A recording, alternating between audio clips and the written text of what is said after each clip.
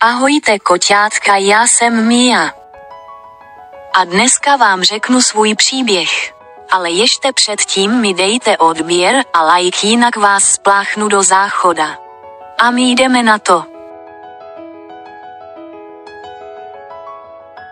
Píše se rok 27/3/2024 a moje maminka Luna porodila moji sestřičku Popelku, ale pak nerodila, tak moji lidi zajeli k veterináři a ten mojí máme ořízl břicho a mě a mýho bráchu Mouráčka vyndal.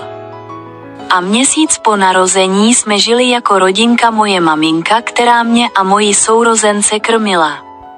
Ale po měsíci jen tak Mouráčka odvezlo takový auto a už nikdy jsem ho neviděla, všichni jsme byli z toho v prdeli, hlavně moje maminka Luna a náš s Popelkou, nikdo nemohl kousat ucho jako brácha. Ale za týden zase nějaký auto odvezlo Popelku a moje maminka Luna se za autem rozeběhla a jel nestihla to a já a maminka jsme byli v depresích. Dobře, uběhlo asi 2 měsíce a moje parťačka Fiaritále a Elikát každý ráno kolem 7 odešli prej do nějaké budovy, kde se prej učí nějaká školka nebo škola, já fakt nevím, pardon, a vrátili se až na 12 hodin. Okolo Vánoc moje maminka nepřišla domů a to se opakovalo asi týden, tak jsme ji šli hledat s holkama, ale nic nenašli jsme ji a já měla hroznou chuť skočit z mostu, vemte si to z mýho pohledu, kotěte. Opravdu byla jsem z tohohle tak moc v prdeli, že jsem nežrala, nehrála jsem si a neměla jsem vánoční náladu a jenom jsem spala. Takhle se to se mnou táhlo půl roku a pak jsem na maminku zapomněla. Ale asi v březnu mě chytli, protože musela na operaci, prej mě chtěli vykastrovat, ale jim se to nepovedlo a utekla jsem heheheheheheheha.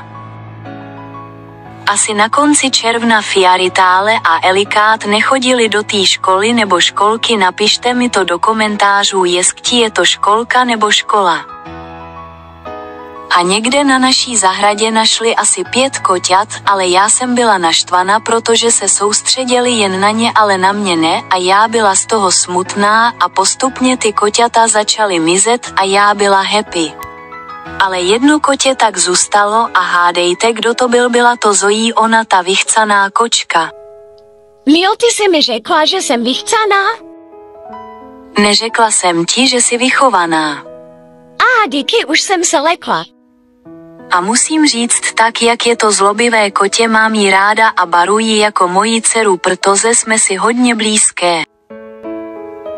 A hádejte, co jsme tu, je mi rok a to znamená, že jsem dospěla a o 2 měsíce jsem si založila tenhle YouTube kanál a rozhodla jsem se, že se s vámi podělím o svůj příběh.